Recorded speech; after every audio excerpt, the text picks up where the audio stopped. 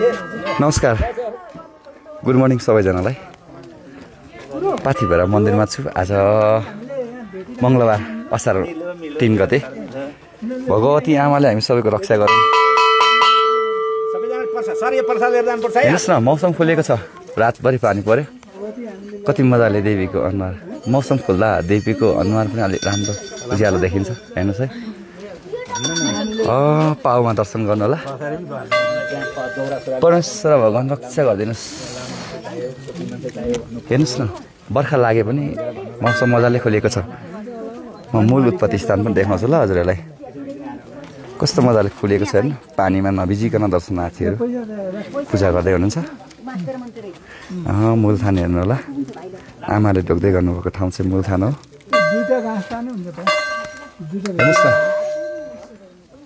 रातभरि पानी पर्यो। बिहान दर्शनको यात्रा सुरु भइसकेपछि मजाले मौसम खोलिदियो। आज मङ्गलबार, धेरैजना दर्शनार्थीहरू आउनु भएको छ। कोही बाटोमा आउँदै हुन्छ, धेरैजना छोडेँ बाटोमा मैले। कोही पूजा गरेर फर्किँदै हुनुहुन्छ। ल, आज असार 3 गते मङ्गलबार पाथिभरा मन्दिरबाट नमस्कार सबैजनालाई।